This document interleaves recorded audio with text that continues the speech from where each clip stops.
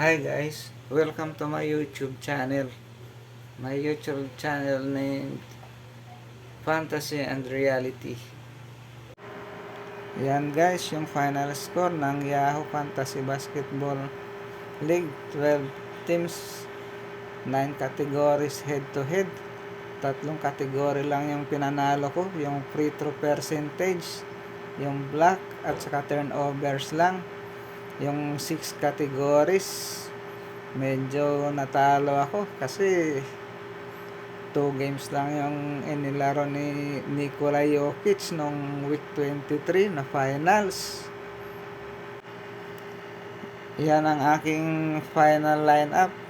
Isa rin yung dahilan ng pagkatalo ko Ang daming injured. Kaya swertihan lang din talaga kung pagdating ng championship kung kompleto yung players mo. Kailangan talaga lamang talaga kapag walang mga injury kasi maraming games yung mga players mo, mas malaki yung chance mo mag-champion.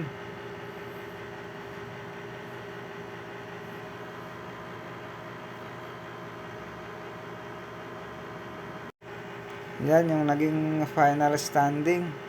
Second place ako, pero okay na rin kasi kahit mababa yung record ko no nakapasok pa ng finals, naka second place pa, ay muntik na akong hindi makapasok ng playoffs niyan kasi bago mag playoffs nasa number 9 na yung team ko. Ayan guys, yung stat nung latest game ni Nikola Jokic kanina laban sa Blazers. 35 points, 4 out of 4 free throws, 14 rebounds, 13 assists, 5 steals, 2 blocks. Di na bali yun na yung 6 turnovers, pwede nang i-punt yun.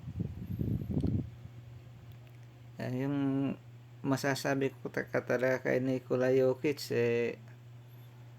worth it talaga yung pick sa kanya. Kaya niya talagang bumuhat ng team all the way to the finals.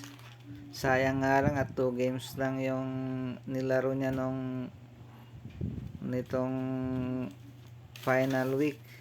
Kung 3 to 4 games sana yan, malamang nag-champion yung aking fantasy team. And as always, please like, subscribe, and share. Thank you.